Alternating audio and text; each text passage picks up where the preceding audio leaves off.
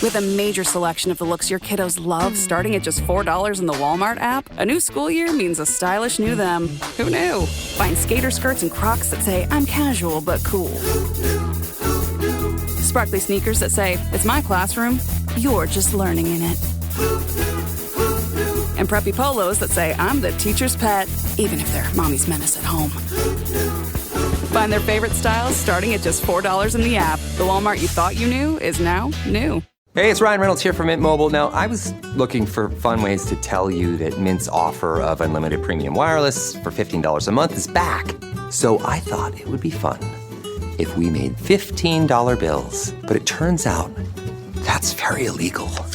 So there goes my big idea for the commercial. Give it a try at mintmobile.com/switch. Upfront payment of $45 for 3-month plan, equivalent to $15 per month required. New customer offer for first 3 months only. Speed slow after 35 gigabytes if network's busy. Taxes and fees extra. See mintmobile.com. Brace the rudders! Raise the sails! Raise the sails! Captain, an unidentified ship is approaching. Over. Roger. Wait, is that an enterprise sales solution? Reach sales professionals, not professional sailors. With LinkedIn ads, you can target the right people by industry, job title, and more. We'll even give you a $100 credit on your next campaign. Get started today at linkedin.com/results. Terms and conditions apply.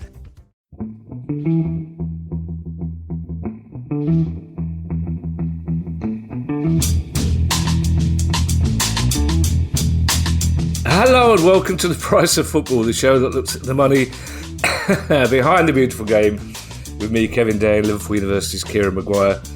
Kieran, I should say, you trying desperately not to say or look funny is even funnier than your normal cheesy counting me in countdown. I don't think I'll be very good in a lineup, would I? No, probably not. I can't imagine what you'd be in a lineup for, Kieran. But I could have seen you in the old days in Buzzcocks. Lineup. Oh, that would have been a dream come true. Yeah, which of these is the real accountant stroke folk musician stroke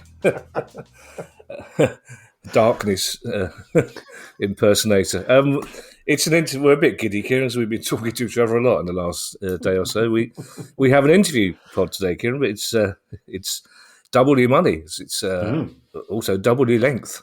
Essentially, it's one of our longer interviews, but it's well worth it. There's not as much focus on football finance as sometimes we have, Kieran, but I think for our demographic, the focus on fan engagement is just as interesting, because we spoke to Andy Payne, who's the West Ham United Fan Advisory Board Chair, and Martin Cloake from Tottenham's Save Our Seniors campaign.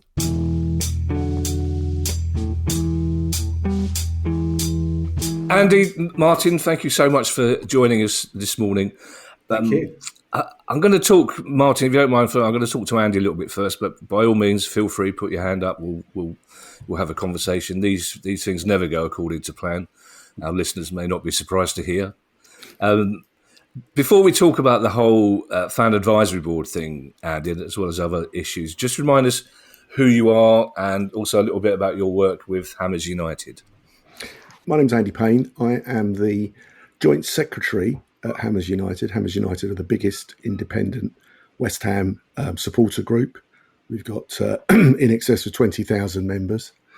And I'm also the elected co-chair at the West Ham Fan Advisory Board. When it's a co-chair, that's because the way our Fan Advisory Board is constituted is that there is a chair from the club and a chair from the supporters.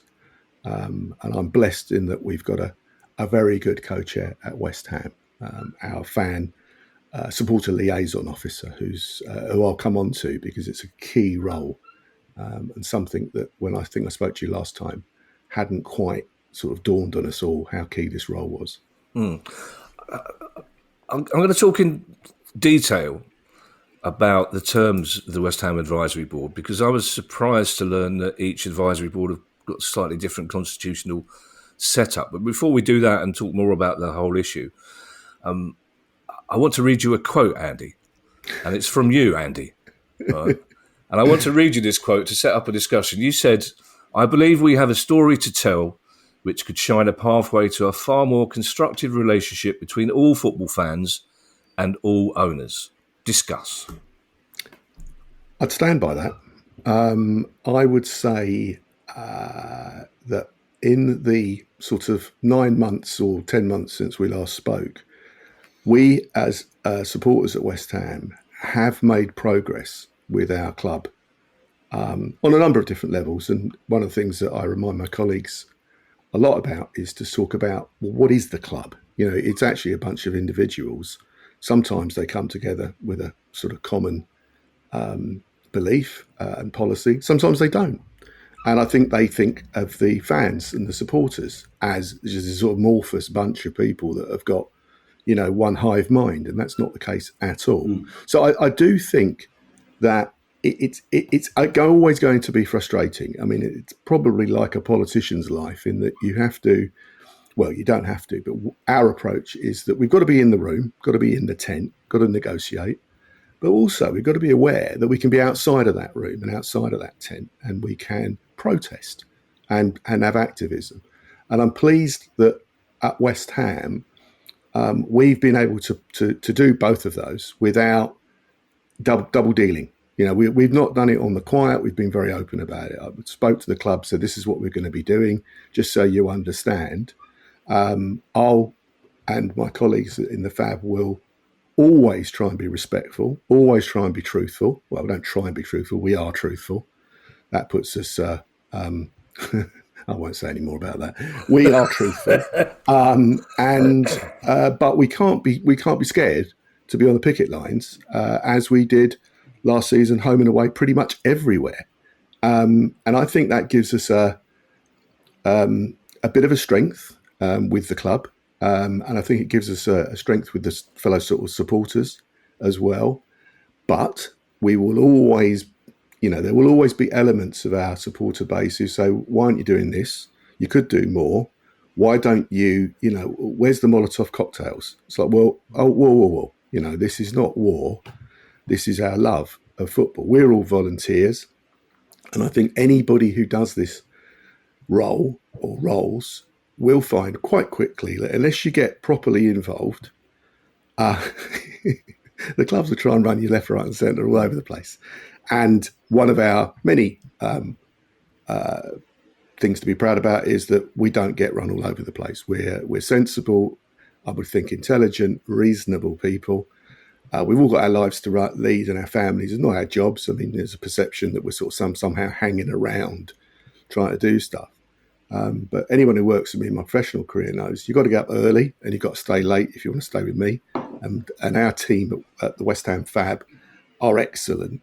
And we work as a team. Well, it's the most important thing is to keep unity amongst the fan base. And we broadened that. Martin's on here because I wanted him to come along because he's a Spurs activist supporter, and they're probably one of our biggest rivals. And we worked together last season. West Ham and Tottenham worked together. Copyright, whatever it is we're supposed to say. I think you're not allowed to say Tottenham, are you? No. So anyway, Tottenham and West Ham, not West Ham London, by the way. We worked together and we stood on the high road at Tottenham, giving out leaflets for both of our campaigns. And I think it made people sit up and take notice. I think the most important constituency who took notice were the clubs, because they never ever thought we'd work together. I still don't think they believe that solidarity will hold. So yeah, I think we're on a path to a better future for sure. You did so well at the start of that discussion, Andy, when you had a burst of responsibility when you realised there was something you couldn't say out loud and you stopped yourself. If only Kieran and I occasionally reminded ourselves to do the same thing, we wouldn't be in half the problems we are in. But then right at the end, you flagrantly used the wrong name for Tottenham Hotspur Football Club, knowing full well that Daniel Levy's lawyers will be all over you now like a rash. You can't tell people from N17 that to call their club what they want. They have to call it what the club wants them to call it. You either call them Spurs or you call them Tottenham Hotspur, Andy. You come in here with your Cockney ways, your jelly deals, something calling it Tottenham. You can't be having that. Martin, sorry, you put your you put your that was a classic piece of shoot yourself in the foot PR from Tottenham, that whole thing, because the immediate reaction was everybody said, right, we're going to do exactly the opposite of what you said. Thanks for inviting me on. I think FABS are probably makes me really boring. I think FABS are quite an interesting development, and I think there's a real opportunity there. I think there's still a kind of fairly widespread understanding or misunderstanding of what FABs are and what they're supposed to do and what the opportunity is that they offer. So I used to co-chair the Supporters Trust at Tottenham Hotspur for quite a few years, but for about 8 years. I was on the board there for 10. I want to step back a little while ago, but I still work with the FSA, and a small group of us have been working on the kind of the sort of line by line wording of the governance bill and talking to sort of DCMS and various people. So we've been trying to kind of push this through. I think that where the FABs came from was in the aftermath of the Europa Super League, if anybody remembers that particular debacle. And what had happened up to then is that quite a lot of us had spent quite a few years through things like supporters trusts and independent supporters associations and various other independent fan organisations, trying to basically get a foot in the door, force our way into the room and have a conversation with the club and say, look, you should be talking to your stakeholders if you want to use that language, the language of business. I think it's fair to say that largely they weren't keen, because like, who the hell are you? And so we spent a long time trying to get in there, but it was a grace and favour relationship. And what happened certainly to the so-called Big Six that wanted to break away was that a lot of us have been asking over a period of years, if not months, there's rumours about this breakaway league. Are you involved in that? What is your attitude? Absolutely no, we're not involved, company saying whatever. And then of course the news broke at the end of one weekend and all hell broke loose. And it was probably one of the worst organised things that you could possibly see. And we managed to get rid of it. And although we knew it was coming, I was pleasantly surprised that, that was a victory for fan power. There was this, and I thought that a lot of fans would say, well, okay, if it's going to happen, we'll go for it. It was almost universal outrage. And what that showed us is that people said, well, you've been going into all these meetings with the club, but basically what's the point? Because they haven't been telling you the truth, have they? They've not been levelling with you. So in the fan-led review that was set up in the wake of that, quite a few of us have said, look, we need something that's a little bit different here. And the difference that we kind of pushed originally, we were one of the trusts who were invited to kind of give evidence to the review. We sat there for an hour and talked through the plans. We put forward the idea of shadow boards, and I suppose the closest thing to that people would maybe know about in this country is the Scott Trust at the Guardian newspaper. So the Scott Trust is an elected board, which its job is to be the conscience of the Guardian newspaper group, if you like, to make sure that the Guardian upholds the values of its founder. And so it has a formal place in the structure of the business. It doesn't take the day-to-day decisions. It doesn't take all of the commercial decisions, but that board has to be on board, if you like, with what the main company is doing. And we wanted something like that. We wanted some kind of supporter board, something that was part of the structure of the club, which said that the fans are not only going to have a say because you've decided it might be quite nice that they do. The fans are going to have a say because they are part of this football club. They are part of your business and they're an important part of it. And you'll have to take notice of what they say. And obviously that raises a lot of problems in terms of, how can you have people who are essentially kind of volunteers and customers, if you like, sort of taking part in the day-to-day running of a business? Have you got the level of knowledge? What about the confidentiality or whatever? All of those things can be sorted out. And things happen with things like B corporations as well. That's another example that exists in business where you have these, if you like, kind of conscience of the business, able to kind of input into the decisions that are being made by that business. So that we pushed for that. I don't think the review didn't particularly like, and obviously football didn't like this idea of kind of, giving something formal to fans. Quite a lot of fans were a little bit nervous about it because there's a lot of responsibility for a supporter rep on a board to take on. And in the meantime, what the Premier League came up with was the idea of fan advisory boards. And so that's probably the first important thing to remember, that the FABs themselves are actually something that the Premier League came up with. Yeah. And what they tried to do is the same thing that they did with supporter liaison officers years ago. Supporter liaison officers came out of essentially an organisation called Supporters Direct, which folded into the FSA a few years ago. And if you go to Sweden or Germany and you tell them the support liaison officer works for the club and their main responsibility is the club, they'll laugh at you. But what happened over here is essentially the game took over the role of SLOs. So the liaison was about commercial matters, if you like. And I mean, I remember being at a conference in Manchester a few years ago, and a guy who was a support liaison officer at Feyenoord was there, and he said, basically, I used to be part of the firm at Feyenoord, and then we realised that we needed to be inside the room. And actually, but he operated pretty independently, but he also knew that he had a responsibility to the club as well. The problem we've got over here is SLOs. Their wages are paid for the club, so there's only so much they can do. And he's lucky that he's got a really good one. And there are some really, really good SLOs around. But so we've got the same struggle that's going on at the moment. What football is trying to do, the Premier League and the individual clubs, is actually say, well, okay, we've got to concede that you need a little bit more say, but we're still going to basically run the whole thing ourselves. And we had this kind of quite funny thing at Spurs where we were kind of going backwards and forwards for about 18 months, where we would send to the executive our proposals for the supporter board, and they would send back their response about the advisory board. We would send it back about the supporter board, and they would send it back about the advisory board. So, advisory is the key term here. Yeah. And a lot of this stuff is going to be battled out in terms of when the regulator comes in, which the regulator will be coming in now. How are they going to measure the quality of fan engagement? But how clubs deal with their fan advisory boards is going to be very, very important.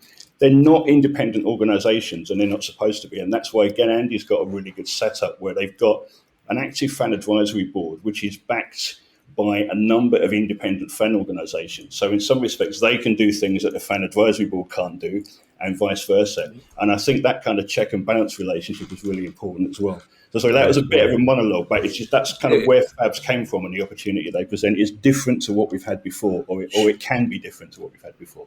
Well, that's the important thing. It can be different, isn't it? You both raise interesting questions there.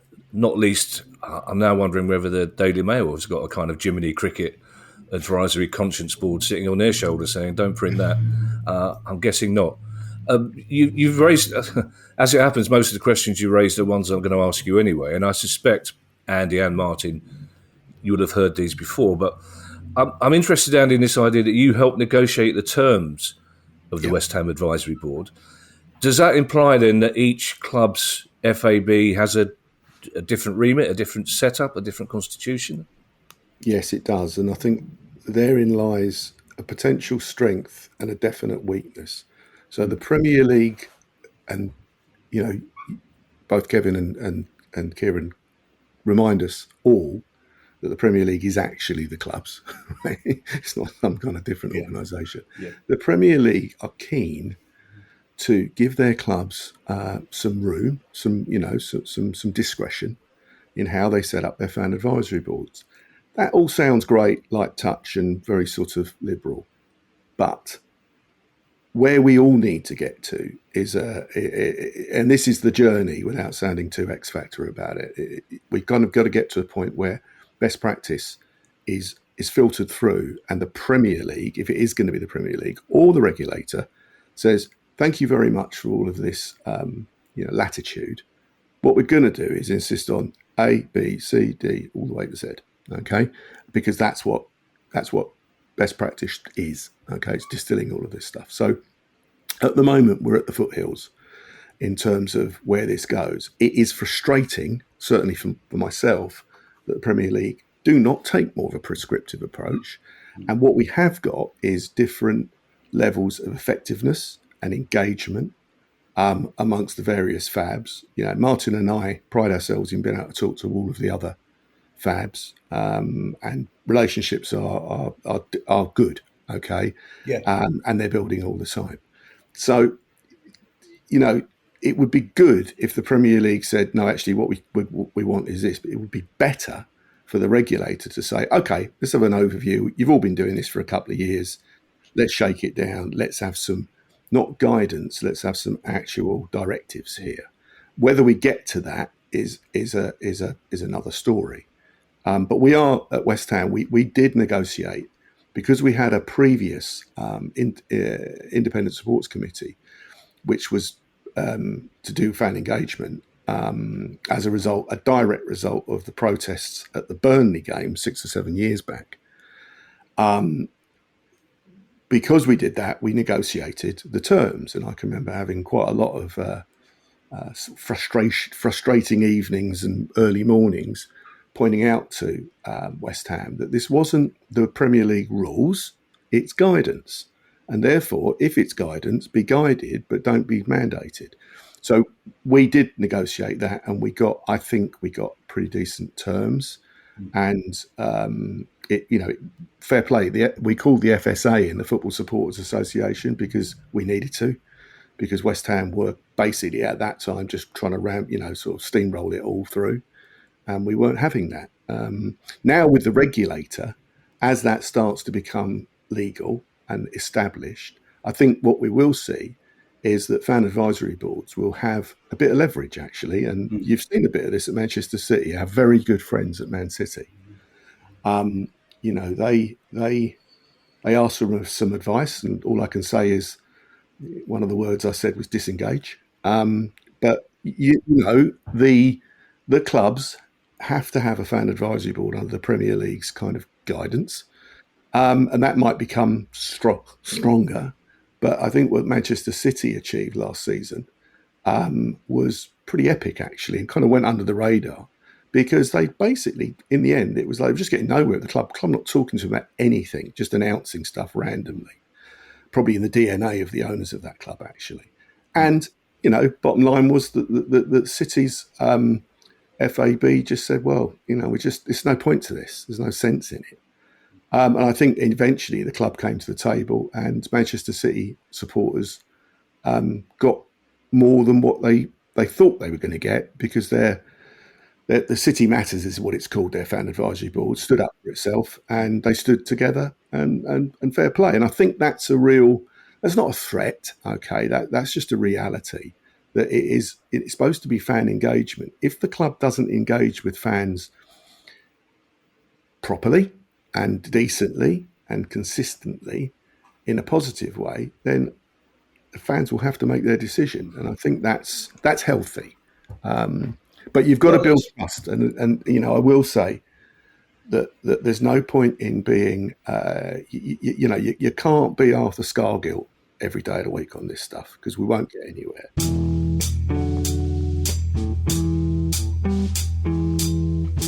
If you've shopped online, chances are you've bought from a business powered by Shopify. You know that purple Shop Pay button you see at checkout? The one that makes buying so incredibly easy? That's Shopify. And there's a reason so many businesses sell with it, because Shopify makes it incredibly easy to start and run your business.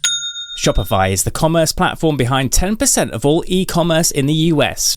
Sign up for your $1 per month trial and start selling today at shopify.com/promo. Go to shopify.com/promo. This message is sponsored by Greenlight.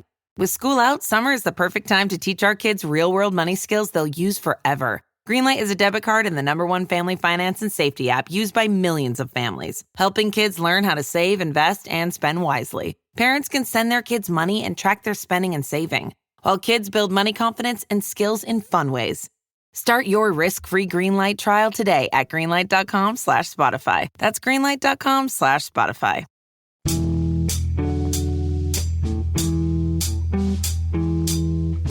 I want to come back later to your relationship with other FABs. Yeah. And I want to bring Kieran in a moment to answer a question. I always like to ask friends of mine, when I know the guests who are coming on, I always put some questions to them.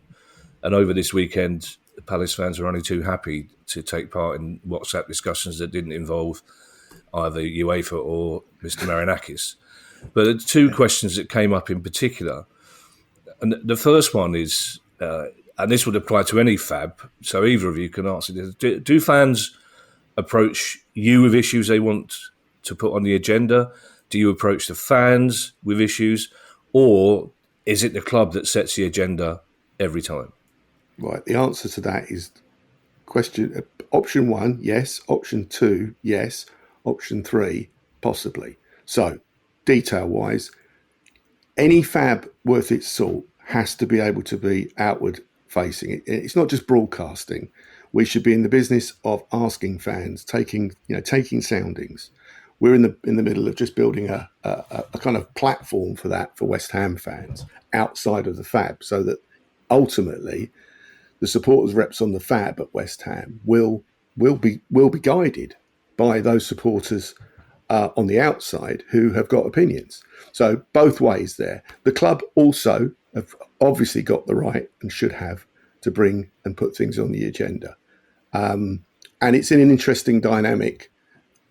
We have 4 meetings a year. They're 2 hours. They're in person plus online for those who can't can't travel. And, frankly, it's not a lot of time. And what we don't want to do is have a talking shop. When I first started this, it's like kind of parish council stuff, and the minutes of the meeting from previously and the actions, go through it all. Half an hour later, everyone's bored and, waiting to have your next shave, frankly. So ridiculous. So we sort of we've gone past that. But I think with our support liaison officer at West Ham, we're outcomes focused. I mean, it sounds a bit businessy, but we're outcomes focused. Process is really important, but what matters to fans is the outcomes. And what matters to our fans last season was getting these concessions back and getting these season ticket prices frozen, because it was a real imposition, and it mobilised us. Yeah, I'm going to come back to Martin on that sort of issue in a moment. But Kieran, the other response I got from Palace fans, most of whom you know from the Parsons Arms, was when I said to them, would you want to be on a fan advisory board? They'll go, yeah, I'd love to, but I haven't really got the skills necessary. I haven't got there's an element of reticence or reluctance to challenge the club. But also, one thing they all said was, well, can we have Kieran on? And they all said, surely what every FAB needs is someone like Kieran, because there's no one on this WhatsApp group who has the financial acumen or insight to be able to challenge anything that the club's financial people tell you. So that's and considering that's what most people in football think is the most important thing at the moment, would you agree, Kieran, that most FAB members are going to get, if the club is like-minded, that they'll have rings around them when it comes to financial and economic matters? I think that can be the case, but there's loads of smart people around. And also I think a FAB should represent the whole of the fan base. And football finance should not be an issue. It should be. None of us fell in love with our clubs due to their balance sheets. So it's a bit like having a board of directors, as Andy and Martin will probably know. It's really important to have one finance director there. It's really dumb to have more than one, or to have more than one accountant on it has always been my view.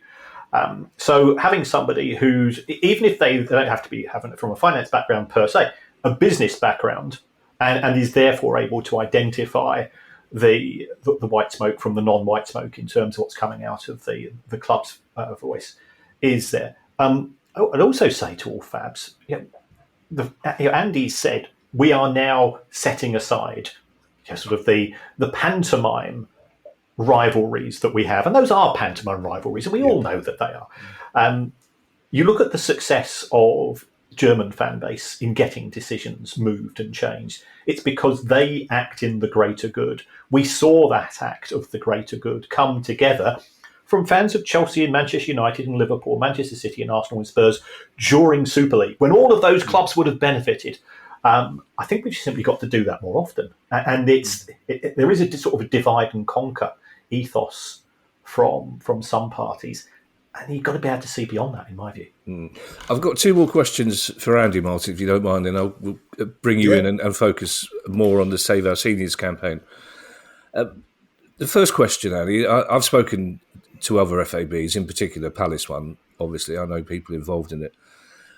They all use the same word about yours, robust. There's a level of respect for the West Ham FAB that they all seem to, they put a cap on just so they can doff it.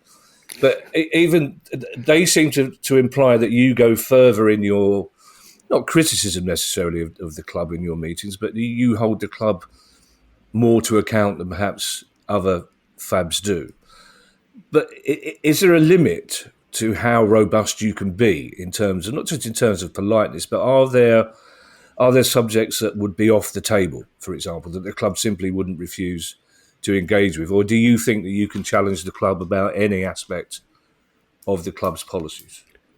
Well, it's really nice to hear that the Palace FAB refer to us as robust. They're good people, and I've never asked them to say anything about us, so I'm quite chuffed about that. And when I heard your comment the other day on one of the previous shows, I thought, oh my God, what's happened? But it's really pleasing. They're good people there, and we are robust, but I think that's down to honesty, and it's down to drive, and it's down to kind of vision, and the team we've got at the West Ham Fab, which goes completely across the fan base as it should do. As far as we're concerned, on the field stuff, who we sign, how we play, who the manager is, that sort of thing. It's not for us to discuss that with the club. That's not for us at all. That's for the club to deal with, and they get judged on that by their peers and by the table. There are probably things that might be on the edges of engagement. Our view is, if you don't ask, you're never going to find out. Our biggest challenge, believe it or not, is going to be succession, and that is making sure, because we've got a 13-person fab, which is big, and we were told don't be that big, don't have that many people, and we decided we wanted that purely simply so that we've got plenty of reserves, we've got plenty of people who've got other skills. But succession is difficult because you're learning this on the job.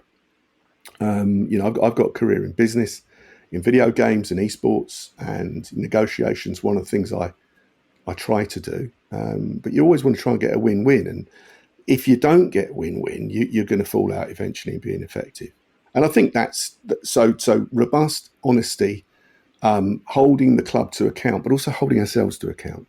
We can't go blurting off about something and destroy any trust that we've got with any of the executives at West Ham who have said, keep this to ourselves. And we're really pleased with our terms of reference, Kevin, that we haven't broken confidentiality, and we will not. Okay, because that is our view. We're a team. We're together. We play together. The rules are the rules.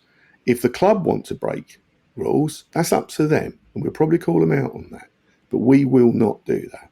And I think we've got to get to that point whereby the club go, yeah, if they've told us something, they've told us straight. And that's kind of mutual respect. I mean, it can sound, if I continue to be sort of like a sort of hippie loving, it isn't, I can assure you, a hippie loving. But we've got to make sure that we don't up sticks and chuck out. I mean, I would say one of the gold standards in fan engagement are our friends at Liverpool and Everton. And they've both got plenty of amazing people. Kieran's analogy of getting a spread, they've got it. And the boy, one falls over, another one straight in. And it's fantastic. And those two clubs, I think the future of English football would do well to see how those two clubs, from their supporters base, are organised. Just briefly, Andy, before I ask what was going to be my last question for the moment, what level of management are you dealing with, by the way, at West Ham? How senior, how high up do the people around the other end of the table go? So we start off with the supporter liaison officer, who I would say is going to be a key hire for every football club. If they really are serious about fan engagement, they've got to get a very, very good person. We're blessed we've got one. I won't name her. She's fantastic. One of her great skills is that she can manage upwards. So that leads into, on our fan advisory board, we've got the commercial director. Okay, and again, I won't name her. We've got the director of ticketing, and at the meetings we've got the other Baroness, not Kieran's Baroness, but the other one, who's now probably got a bit more time because the football governance bill's gone through, and so she could probably free her time up to do something perhaps a bit more positive. So we have got that level, and again, without betraying confidences, when we were negotiating the concessions and the season ticketing deal as it became, it was obvious that the whole thing was connected from the chairman right the way down. Don't worry about that. So that's good. The Baroness, for those who don't know, that's Baroness Brady, Lady Brady, Karen Brady. She, CBE, she has commented that it's become refreshingly positive, this engagement. So, take the wins where you get them. I'm sure a lot of our fan base would be questioning me about that. But at the end of the day, you've got to get the decision makers to understand the fans' point of view. Otherwise, it's not like at the moment. West Ham's not run by AI at the moment, mind you. But you've got to be able to have a sensible, interactive dialogue with those decision makers, and evidence is really important. And I would pride ourselves that last season we brought the evidence to back our arguments up that this decision that West Ham had made about concessions for disabled and old and young, and the price rises on ticketing was minuscule in revenue terms in terms of the big picture. I famously said it was Danny Ings for a month. Well, it wouldn't be now because he left the club, so it'd be another underperformer for a month. Yeah.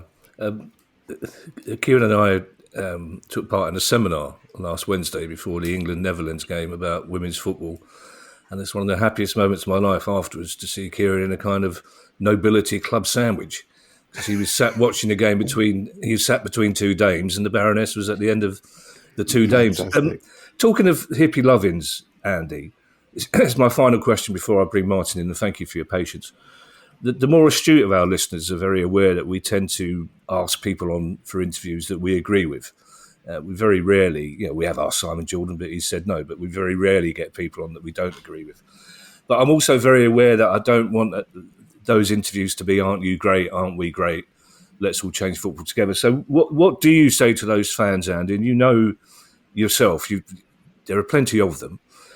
Those fans who say that clubs in general, football clubs in general, don't encourage dissent.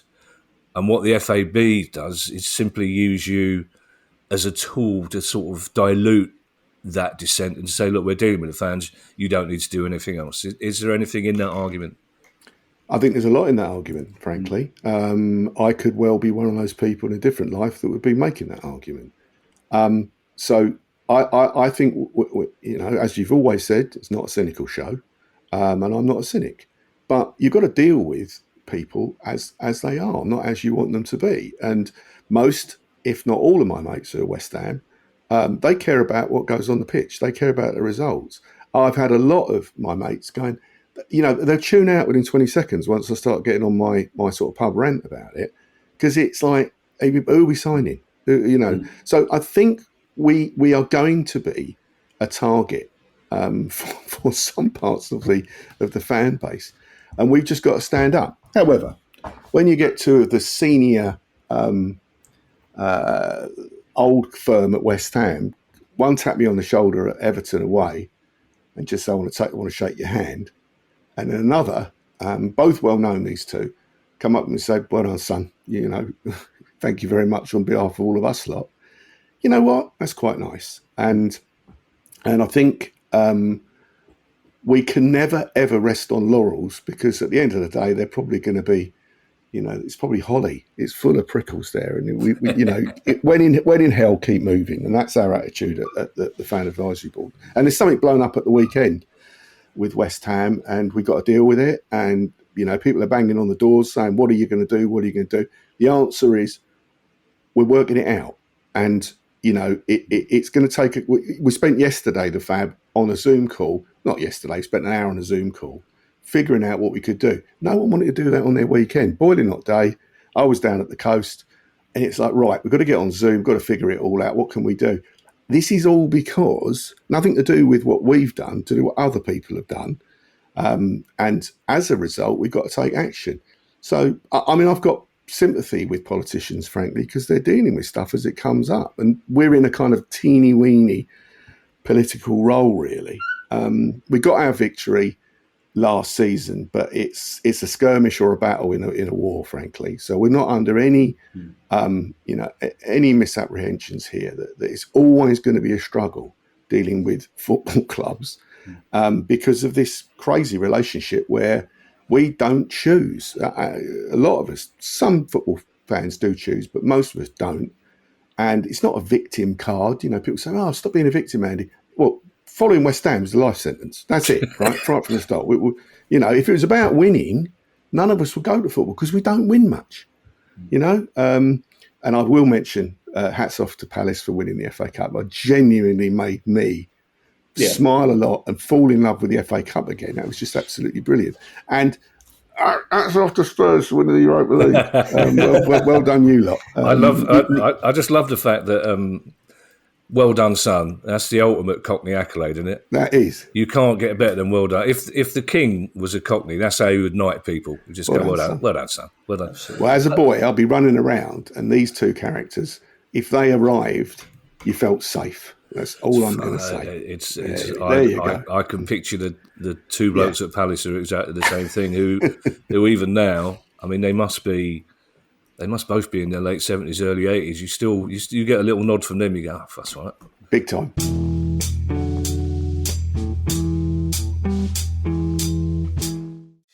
Hey, it's Paris. You know I love sparkly things, right? Like stars. Duh. And thanks to Hilton and AutoCamp, I just slept under them. Picture me serving looks by the fire outside my luxurious Airstream, making s'mores with the kids, while a national park is our backdrop. The great outdoors meets Hilton hospitality. That's hot. Explore all the new ways to stay at Hilton.com. Hilton for the stay. Not all meals are created equal. For instance, breakfast has the spicy egg McMuffin for a limited time, and lunch doesn't. McDonald's breakfast comes first. Ba-da-ba-ba-ba.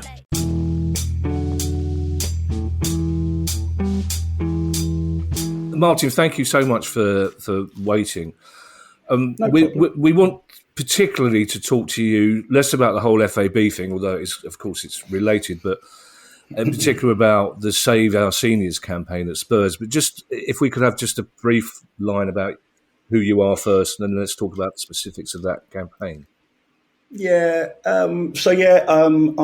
have been a Spurs supporter. I guess I first started taking notice of him in the early 70s. I can remember listening to the 1972 UEFA Cup final on the radio, so that's about my age. I was lucky enough to be at the 81 FA Cup final replay to see the greatest goal in the greatest cup final ever scored. For years, I didn't really get involved in fan organisation because I was a trade union rep and I was on the national exec of my union and just generally a bit of a gobshite. I kind of, it's back to what Andy was saying, that I wanted to go to football to, have a beer with my mates and watch some football, which occasionally we played at Spurs during the 90s. And kind of what the first time I really got involved in anything at Spurs this is going way back during the era of Irving Scholar. Remember him when they decided to build executive boxes on the Shelf, which in our opinion was the best end in the country, along the side of the pitch. That's where the Vociferous fans stood. It was fantastic, and I kind of grew up there really. And I kind of, it's probably been the theme tune to my life, but it's just that if you don't stand up for yourself, the bastards kind of try and do you over. So I'd kind of got involved there, and I was involved in the a thing called the Tottenham Independent Supporters Association, which kind of was one of the things that came up around about the time that the original FSA was being formed. It was in the aftermath of Heysel and Hillsborough. Fans were starting to organise themselves. Independent fanzines were being created. When Saturday Comes was getting a particular voice for itself as well. And I think there'd been a kind of network of old style supporters clubs which used to kind of organise travel and a kind of Christmas dinner and dance and whatever, and put on some really, really good work. So I don't want to be dismissive, but they didn't see themselves as being a critical friend, if you want to use that phrase. Of the club. So we were kind of involved in that. We're involved in campaigns around kind of Venables of Sugar or whatever. And then I think when the Supporters Trust came out of they were kind of a classic Blairite government third way thing, weren't they? There was a bill in 87. Supporters Direct was formed, and I was kind of talked to a few people about there were a number of different supporters organisations at Spurs, I think as were a lot of clubs together, and to form the original trust. And it was almost like, here we are again at trying to kind of reinvent a way to make it work properly. But trust was seen as again something different, a bit like FABS are. So, and I kind of didn't get involved in that because I was on the national executive of my union. I just didn't have the time, and there's only so much kind of headspace that you've got. Over the years, the kind of trust, partly because of the attitude of the club, became a little bit dormant at Spurs, and there was a bit of a relaunch. I've always had a lot to say for myself, and a couple of people said, look, you really should get involved a bit more this time. So I kind of, got onto the board, and then we had a guy called Darren Alexander who kind of had helped really sort of breathe new life into the trust, and he died at quite an early age, but made such an impact. We've got a very good relationship with Spirit of Shankly, and it takes a lot to get your name on a banner on the COP, but they put a banner up just after Darren died on the COP. That's the respect that he was holding in the movement, and he did a lot to start building that kind of network of groups, if you like. One of the original marches on the Premier League over ticket pricing before we got the £30 away price cap came out of a meeting that was held in a pub in London Bridge, where a guy called Jay McKenna, who's involved on the fan advisory board up at Liverpool now, and a couple of the Spirit of Shankly people there, Darren was there, a few other people from London clubs, and it just kind of came out of, let's have a pint and we've got to do something about this. It was that informal. So I then kind of got involved, at that level at the trust. And I suppose kind of going back a little bit to the conversation you just having, in a way it's nothing new, and I remember it from being a trade union rep, that one of the reactions is, you think you're Johnny Big Bananas, you think you're better than me, you think you know it all, what you're doing that. And you're just trying to represent people and trying to give people a little bit of a voice and stick up for yourself. But you're kind of putting yourself up to be knocked down. You've got to know when to be robust, and you've got to know when to be more collegiate, if you like. You've got to know when to keep confident, and you've got to know what's going on. I think the key to it all is that if you're open and you communicate and you're transparent, again, kind of buzzword alert, that's how you build trust. You let people know what you're doing. You ask for their opinion, and you make sure that it's not just about you, it's about other people. And I think, again, one of the challenges that we've got is that fans need to have confidence. A lot of fans don't have. A lot of fans are happy just to sit in the boardroom. A lot of fans want to do it for them rather than the movement as well. A lot of fans are overawed by the whole thing. So we've kind of got to build confidence in our own ranks as well and say, look, you've got something here. It's not a favour that you're in the room or whatever. So I kind of went through that. I co-chaired with a woman called Kat Law, who Andy knows as well, who's still on the National Council of the FSA, and she's also on the board of Football Supporters Europe, does a lot of work around kind of match day experience. Her kind of speciality was ticketing. And we sort of stepped down after being involved as co-chairs for about 8 years, partly just because there's only so much you can take, and partly because it's never good for the same people to be doing something for too long. But as we sort of stepped down and there was a kind of, a new generation kind of getting involved in the trust, this whole thing with the senior concessions blew up. And because ticketing was our thing, we kind of kept going with that. The trust was still trying to find its feet again. And what Spurs had tried to do, that for years, if you got to 65, state pension age, whenever it was, I know that's changed around a bit, you got a discount on your season ticket of 50%. Spurs basically wanted to start withdrawing the discount and eventually stop giving people concessions. And they did. Somebody once said that we knew at the club, I think it should be our second one, it said that, who knew you could shoot yourself in more feet than you were born with? And that is the PR motto of Tottenham Hotspur Football Club. And when they put this statement out about the seniors, that they said that it's become, the number of people qualifying for season tickets has become unsustainable. So we've got to withdraw them. So if you translate that into English, not enough of our fans are dying for us to be able to make as much money as we think we should be making. It's just absolutely, where do you even start?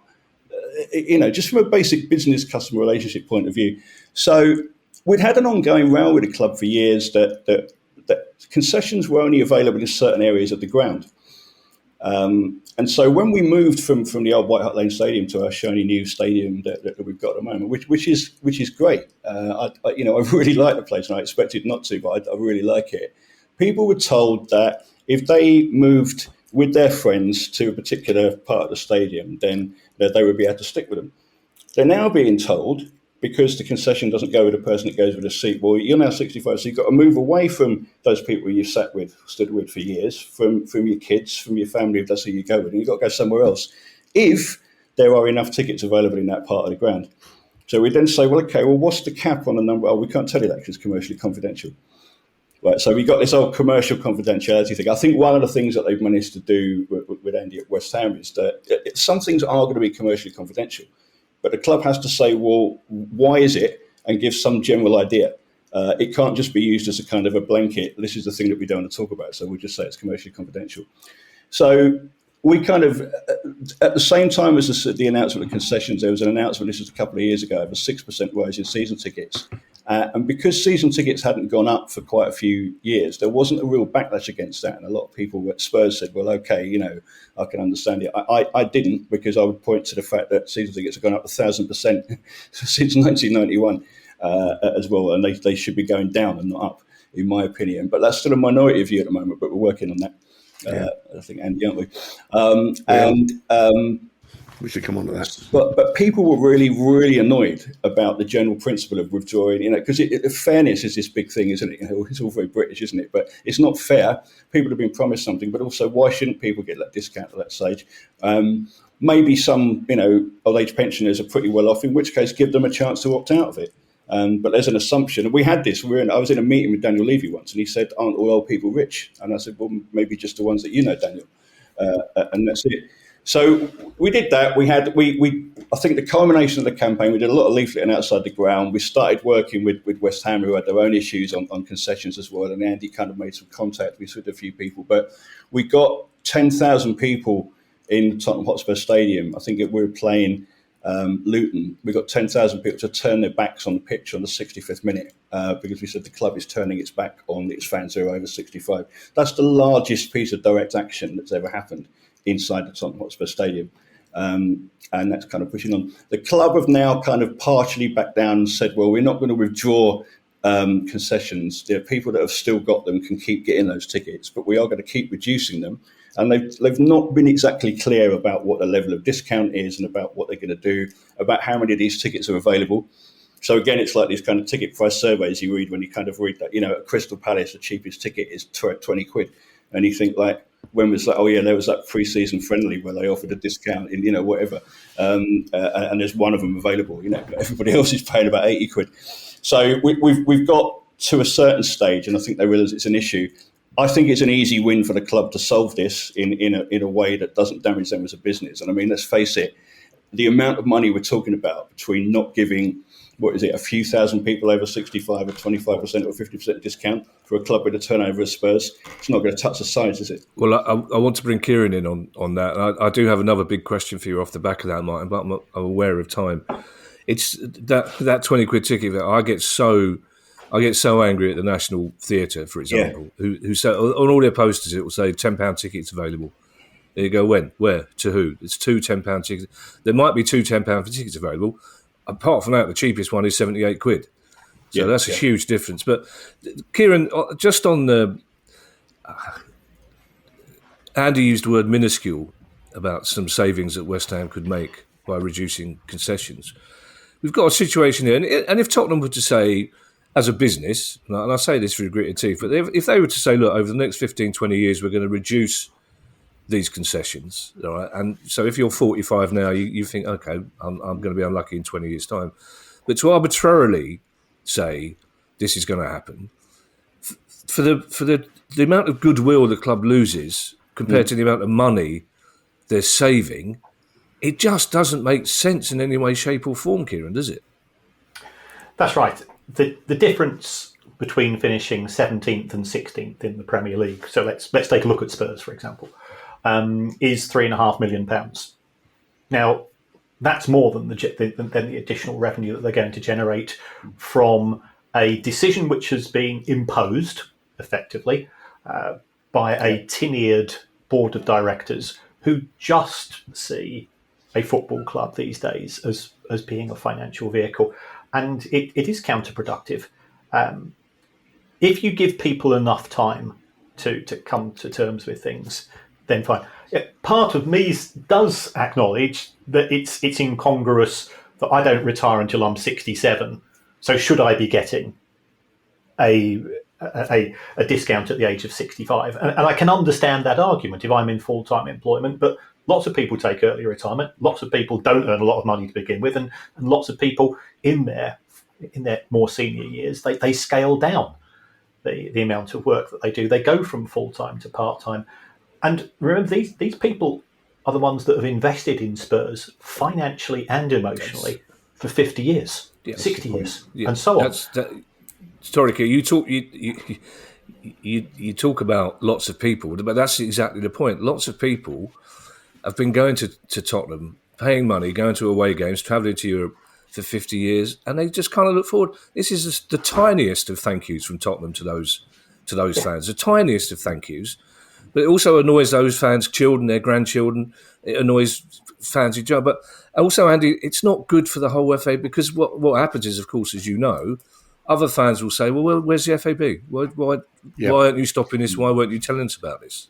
Yeah, and that's why I think the work of the Football Supporters Association in the background and in the foreground with this Stop Exploiting Loyalty has been tremendous. And that's kind of the glue that's brought the fans together. I would argue also that the fans have done a lot of the work of coming together themselves. Yeah. So it's been mutually fantastic. And to see the individuals at the FSA really feel like they've achieved something, it is heartening, because like those people work hard on behalf of fans. They're all fans. They work hard, and they get it in the neck from everyone who gives it to us as well. Yeah. I think the Stop Exploiting Loyalty is the beginning, and I think we voted at the AGM. Spirit of Shankly brought another brilliant motion, to kind of extend on the sort of ticket pricing, the kind of the fan engagement and all the things that we wanted that campaign to push. Now we're really sort of focusing on, the community. This is really important. So it's about engaging with all of the stakeholders, to use Martin's word that we never quite understand what it means. But, the clubs, yes, but the leagues too, the sponsors, the broadcasters, and indeed probably the newest kid on the block, the regulator. The supporter communities are not some kind of backdrop.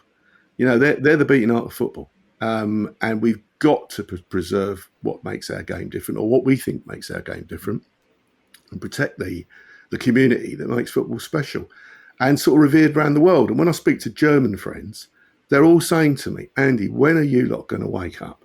We always used to look up to you. Always. We used to look up to English and Scottish football teams for kind of, the passion and everything else, certainly in Europe. But you've let it go. You've sold your game. You've under your nose. And you know what? The Germans are right. And you don't often find me saying things like that. They are right. And there is the example. And I think that I would hope that, if we recalled this in 3 or 4 years' time, that we'd made significant progress, and not just laid down and gone, oh, you know what, football, yeah, it's got to be expensive. Of course it's got to be expensive. And, it's a special thing. We're all going to, I don't know, I'm going to see Oasis. I've seen them loads of times, but I'm going because my mates are going. Yeah, I'm looking forward to it. Yeah, probably pay 250 quid to get in, which is ludicrous. But it's not like I'm going to Oasis every other week like I do at West Ham. And I think that we need to understand what we're playing with here. This is part of our life. It's part of our kids' life. It's part of our granddads, our nans, our cousins, the family, and everything else. And that family can be worldwide. I've got no problem with that. Look at what Bayern Munich do. They've got 300,000 waiting list for their season tickets, because their season tickets are cheap and they want generations to go together. They're getting it right. We're getting it wrong. And we need to stop getting it wrong and start getting it right again. In terms of that, the Bayern Munich thing, because Bayern Munich want generations of fans to keep going, I'm not entirely sure that's what the Premier League clubs want, which is why I want to ask Martin this specific question before I end the interview with a question to you both. We've spoken, Martin, to two Premier League CEOs who very nicely but very categorically say to us, we are not seeking to price out older fans. We're not seeking to price out younger fans simply so we can make more money by selling those tickets to once-a-season visitors. I don't know where you get that impression from, but we're not doing that. And when you say, well, why are you doing it? And they say, we're not doing it for that reason. So what? Because it seems to me there can't be any other reason. And it's an issue that we're getting at Palace, but it's other clubs. There can't be any other reason for removing those concessions from older fans other than they don't want those older fans in the ground, because then they can sell those tickets for a lot more money on a weekly basis. I think there's in the end, I think it's short-termism, and I think short-termism is a problem that's kind of bedeviled British business for quite a long time. Is that you've got better owners and worse owners, but in the end, they're not going to be here for as long as we are. And so they're not thinking in the long-term way. I know there's a view that, for example, clubs want to get rid of season ticket holders and replace them with kind of one-off like day trippers. I think you've got to be careful when you're talking about tourists and things as well, because there's no problem with people, visiting a ground and kind of taking in what's going on. I think Mark Chapman said on a podcast that he's a big NFL fan. He said, when I go to an NFL game in America, I don't want to sit next to me. And I think that's the point, isn't it? It's about having that balance between the people that create the atmosphere and people who can visit and whatever. I don't think clubs want to get rid of season ticket holders because they can replace them with one-off people who spend more in the shop, because that's quite a lot of money to guarantee up front. 40,000 people are putting up about £1,000. Again, it's nothing in terms of the TV money, and we've got to look at this whole conversation in terms of what's the percentage of money that you get on match day and from ticket income, and what's the rest of it. At Spurs, that's gone down from 52% to 21% over the time that the Premier League's been in existence, and that's a curve that will be repeated everywhere else as well. I think there is an element of they think that it is their job to try and get the best price possible. So I think the £30 away price cap still rankles because they think they can charge more for that. It should be the market that sets the value. And these people are largely very much kind of very, very kind of pro-free market, sort of let the price set itself. I think what we're arguing about is that there are things like community, which in a lot of other businesses you could say, well, it's all very well to be romantic, but that is what makes these businesses as lucrative they are. That's why you've got the brand loyalty. And, you probably, this whole, if you don't like what's happening at Tesco, you can go to Sainsbury's. But if you don't like what's happening at Palace, you're not going to go to Brighton and get a season ticket, are you? And, businesses would kill for that sort of thing. It's kind of how they do this and how they handle it. So I think they're looking to try and see if they can get the most out of us. I think the German model is interesting. And they would say, well, German football doesn't generate as much money. That's why English football is a financial powerhouse it is. It's a complicated argument. But they've said, actually, it does matter how people feel they're treated. It does matter whether they're valued. And actually, there is a feeling, Bayern Munich are quoted quite a lot, and Bayern Munich aren't well liked in a lot of bits of Germany. But the interesting thing about Bayern is that they've been run by players for the best part of the last 30 years as well. Players who are now kind of moved into a very different area. So this is people from within the game. I think the turning point for us was that the slogan that Andy mentioned. I'm wary of slogans because, there's the whole conversation around that. But we started using the slogan, "Stop Exploiting Loyalty," in the Save Our Seniors campaign. And when we were talking to the FSA about trying to draw the various different club-based campaigns together into something national, we decided on that because what happened beforehand is that a lot of fans have said, well, if you don't like it, just don't go. Stop moaning about it. Don't go to the game. And to me, that was a fundamental misunderstanding of certainly what an English football fan does, or a fan of English football does, which is that we define ourselves as fans because we go to the games. We actually turn up, and there's the whole kind of loyalty thing there as well. And so we wanted to kind of challenge that and to give fans a bit of confidence, but also what we wanted to change the narrative as well. And I think what's happened over the last 18 months is that a lot of the national media have picked up on this now. And they've said, actually, it's not just about that's business, isn't it? It's not just, well, things get more expensive. What these clubs are doing is that they're exploiting a captive audience, and they're making decisions which they're saying are inevitable, but actually they're not inevitable. That's just what they've decided to do.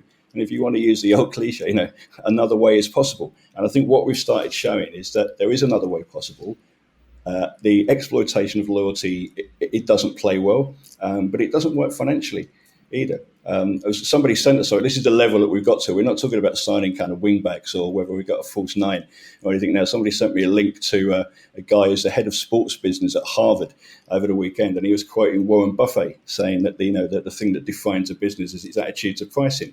And he's done this fantastic comparative study of like where the Premier League is heading for disaster if it carries on like this, because it will. That you're already seeing that if you kind of lose that new generation of fans, if you lose that existing generation, the nature of the product is going to change. And there are other things out there as well that people can, Andy will know this, the video games market, once people switch off from going along to live football, they're not going to get back into it again very easily. And how do you create that? This has taken 150 years to create this kind of community sort of thing that we've got as well. So the stop exploiting loyalty element of it, I think, is really important.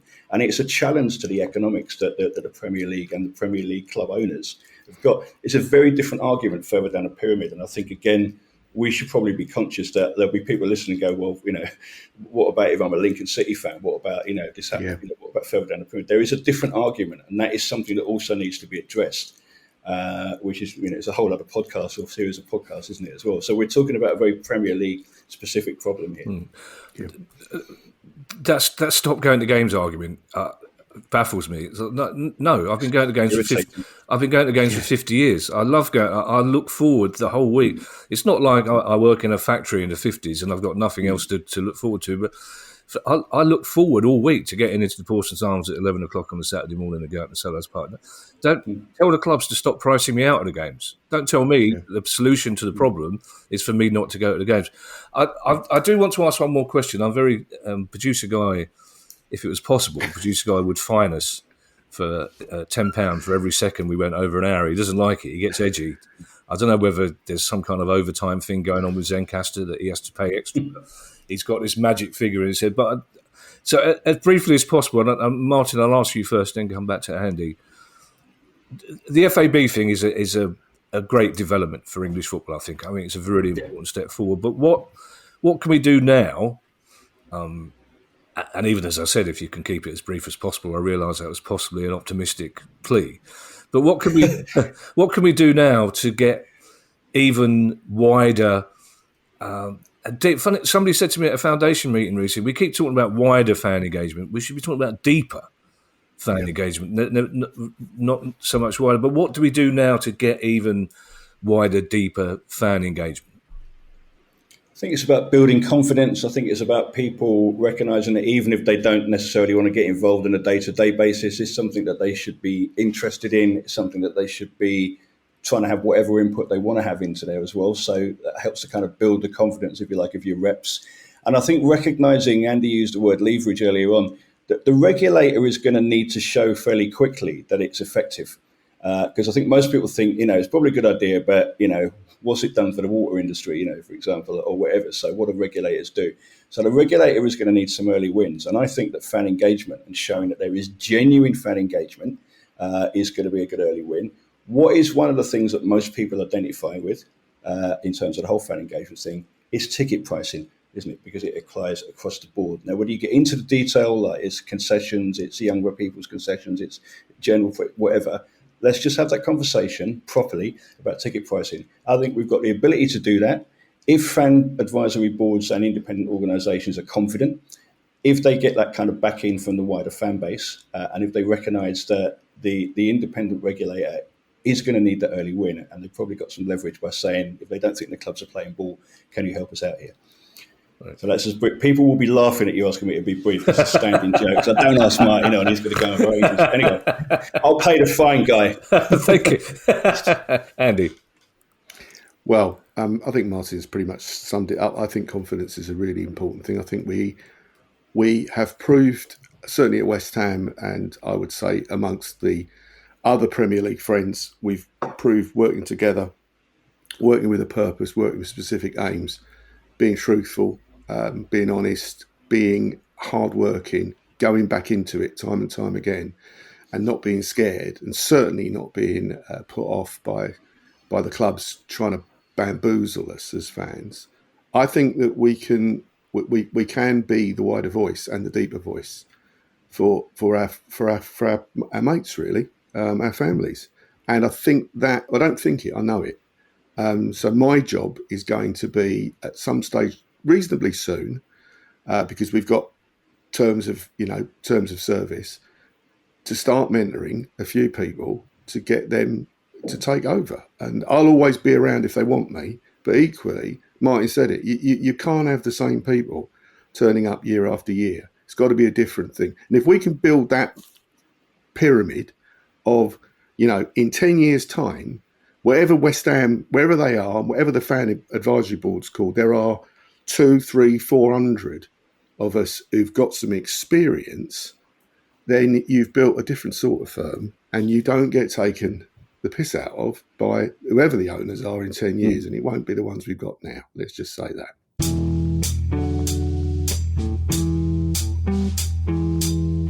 There was, I think we all quite enjoyed that, Kieran. I think all areas of London were covered. And we had, yes. we had all the corners, all the different bits. Basically, that was like being in a pub in Tower Bridge, essentially, wasn't it? And it was pretty much we'd all had a tough old day in the city, or in my case, I'd have had a tough old day selling fruit off a barrow, and then we've all got together and put the world of football to rights.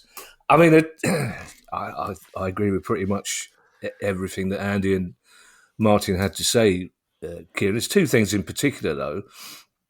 This idea that for the regulator, fan engagement would be a very early win, which I absolutely agree with, but it also illustrates the fact that we all want different things from that regulator, don't we? We all think the regulator's coming in with a different set of tasks to the one he might perhaps think he's got. Yes, and the regulator's remit is very narrow.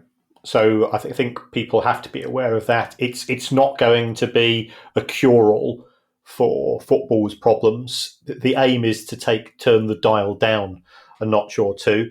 But I think the fact that the Premier League now appear to be taking fans slightly more seriously than they have done historically has got to be welcomed.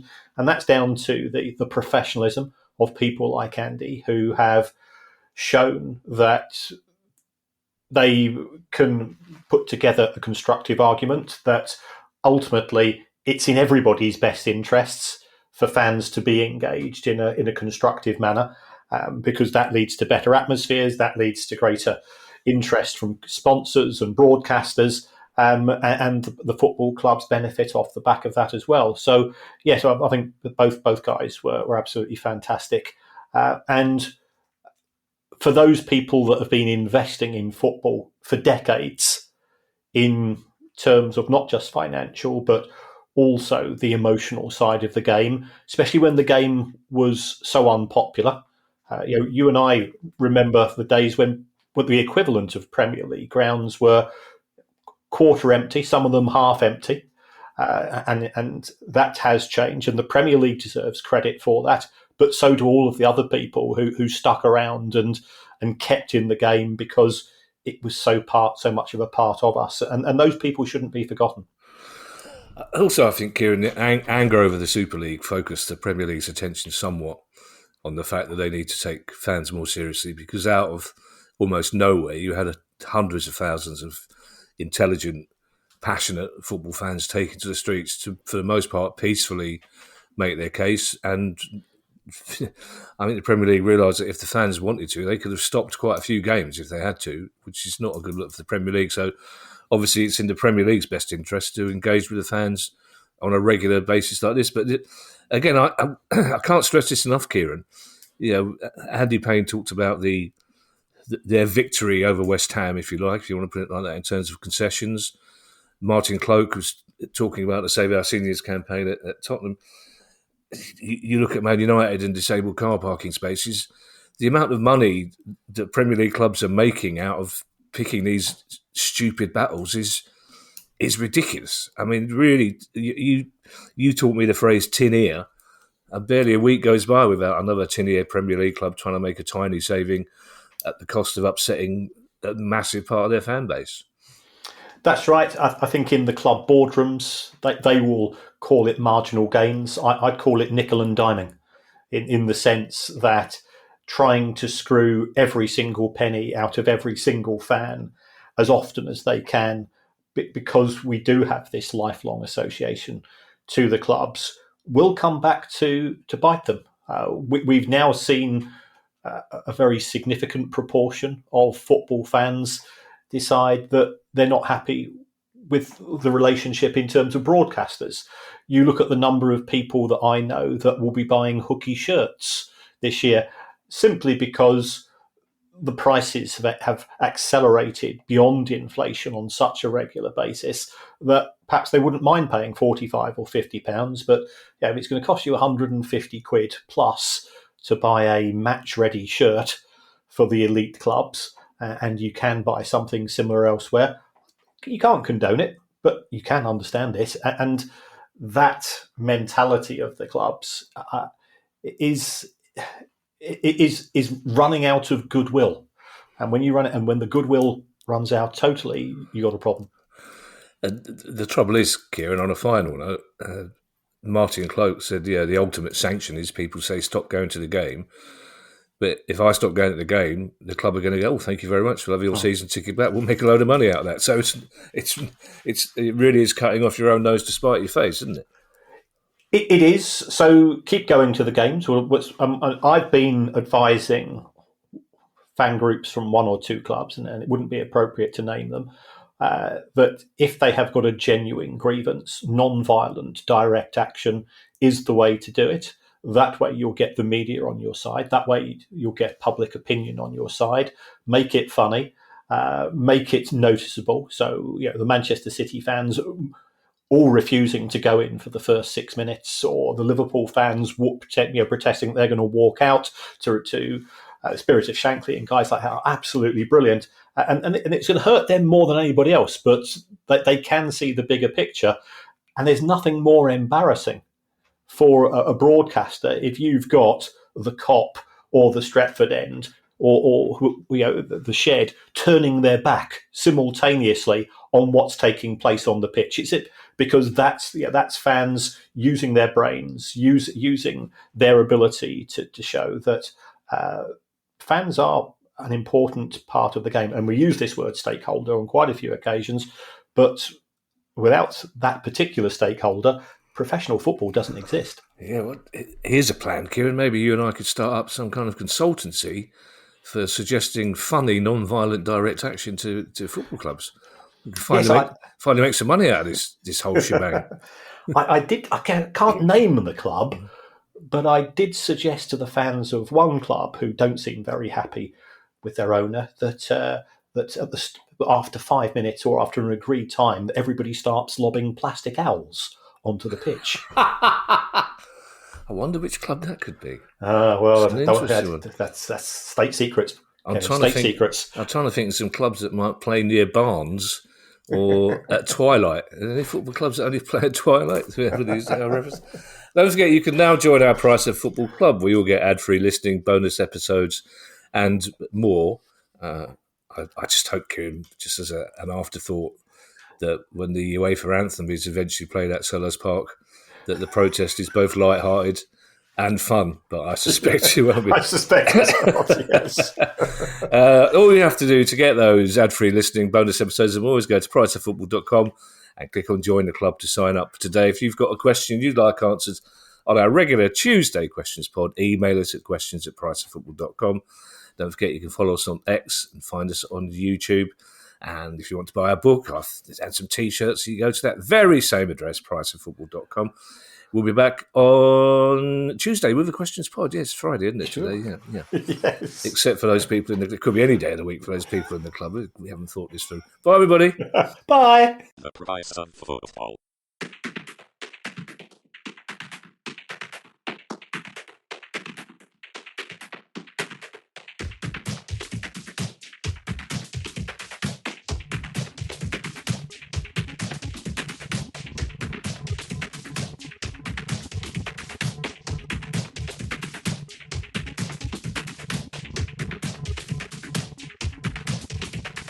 The Price of Football.